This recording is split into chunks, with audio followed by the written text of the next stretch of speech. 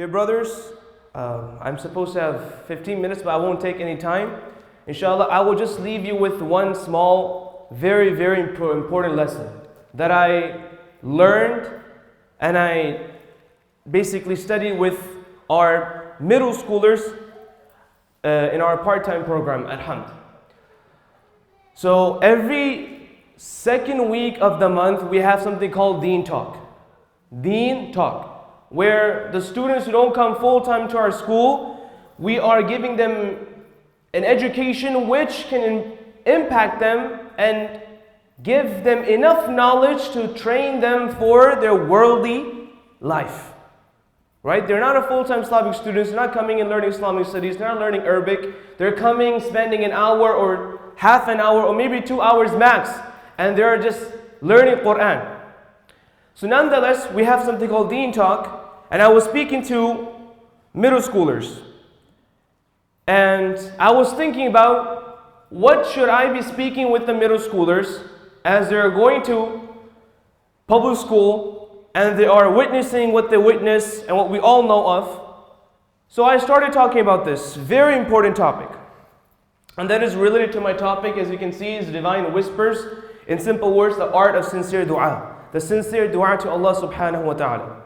I asked the question, dear students, if you were to be depressed, if you were to feel that you're going through depression or anxiety, would you like to be alone by yourself, or you would like to be with a companion or with a friend? FYI, keep in mind, we're not talking about spouses. Spouses are on the side. Just a friend. What do you think the answer would be? Companion or without a companion? Companion. 13 out of 13 said, I would like to have a companion. Now, a lot of us can say we have companions, but hypothetically they can say it. But do they actually have a friend they would go and spend time with, or they would share their depression with? I said, let me ask you a second question then. How many of you guys have a friend or a companion that you can go and share your matters with? One thing is to make a hypothetical statement, but do you really have a friend? 12 out of 13 said, I do have a friend that I can go and share something with. If I'm going through a problem, if I'm going through any depression, any sort of issues, I'm going to go to that one friend that I have. 12 out of 13. Keep in mind, it's like a little survey that I did. I said, beautiful. Now, third question I asked was, in the second question, I said, you have a friend. Why do you need a friend? And I was writing on the board.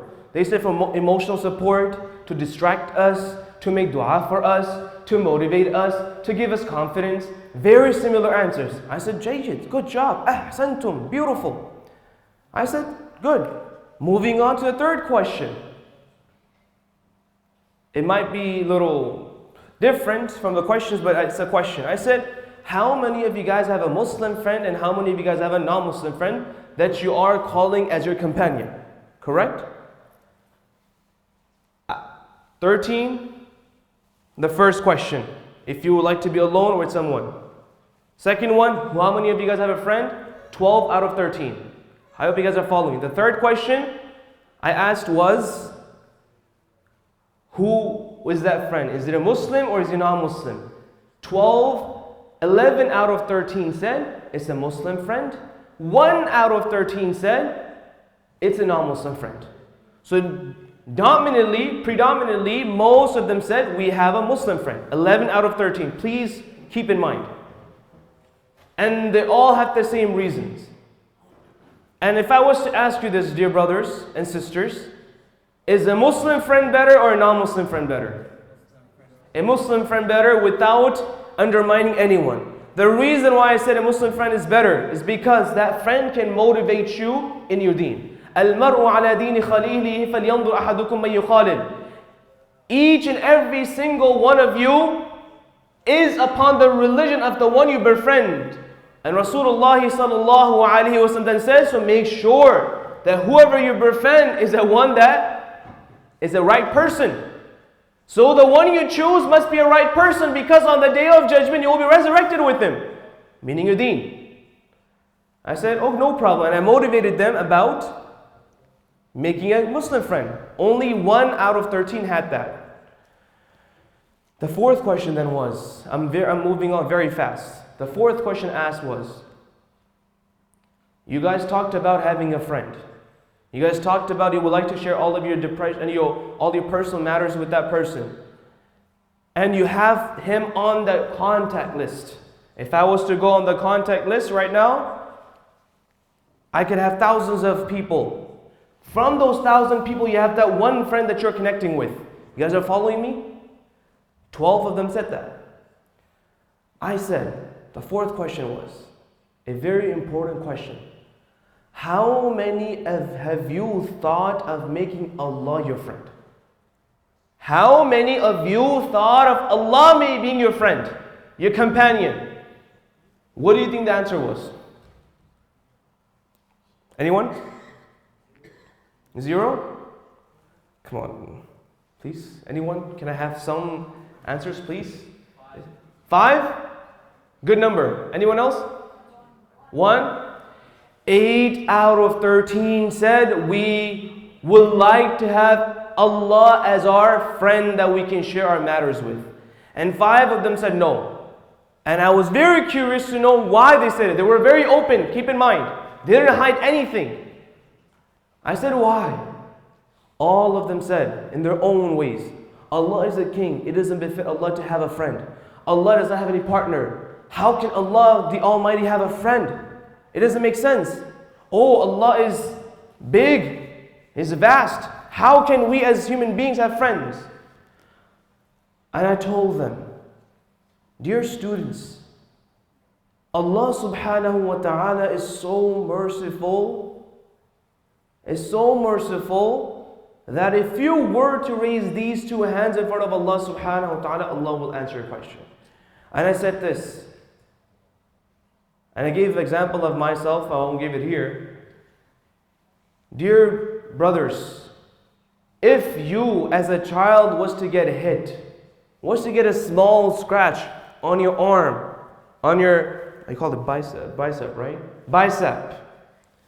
And you were to go to your mom and say, Ammi, Ummi, mother, I got hurt, I got a scratch. What will your mother do?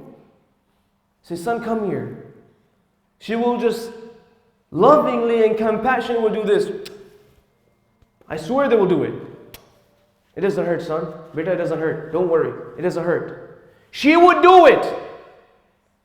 Now imagine if you are hurt and you go to your mom. She will do this, right?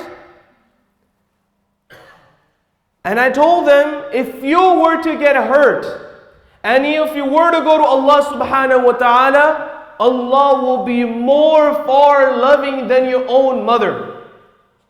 Allah is far more loving. Allah is more merciful. Allah is more rahamdil. More shafaqat wala. He loves you.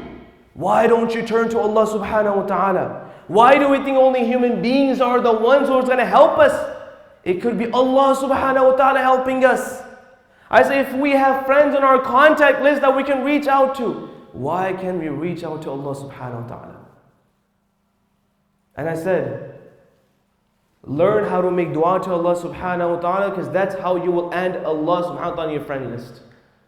And I taught them this manner of making dua, and I'm prolonging it. But I told them how to make dua to Allah subhanahu wa ta'ala. We want to practically do it. First, you should be in the state of wudu. Face the qibla. And I want everyone sitting over here, be a little old, let's practice one thing together. And that is, how are we supposed to raise our hands towards Allah subhanahu wa ta'ala? I learned this from our teacher, and this is the way that is the most humbling way. We can all have our humbling way, but I will do this method, and we all should do it together. Raise your hand like this in front of Allah subhanahu wa ta'ala. Everyone, this is Ramadan is coming up. That's the reason why I chose this topic. Raise your hand above, like this. Like as if you are humbling yourself in front of Allah subhanahu wa ta'ala. In Urdu we say, girgira ke mangna. Begging to Allah subhanahu wa ta'ala. Act like you're begging to Allah subhanahu wa ta'ala. Put yourself in a way where it's hurting your shoulders. You're hurting your arms. I can't do it. Because that's what Allah loves. When you turn to Allah subhanahu wa ta'ala and you ask Allah subhanahu wa ta'ala. I learned this one method, and that was learn number two. What does that mean? Whenever you go through any situations, wake up at 2 o'clock. Make wudu. Pray 2 rak'ats. And drop 2 tears in front of Allah subhanahu wa ta'ala. All the worries and all the depressions will go away. And that is a method we must apply right now before Ramadan comes. Because the month of Ramadan is a month of rahmah, month of maghfirah, month of i'taq min al-nar, freeing yourself from Allah, from the hellfire. That's where the art of sincere dua comes in, dear brothers and sisters and dear students. Learn how to ask Allah subhanahu wa ta'ala. Ulama would say, Allah se mangna siko. Learn how to ask Allah subhanahu wa ta'ala is what's going to help you in this life and the hereafter. And I end with this here. Jazakumullahu khairan.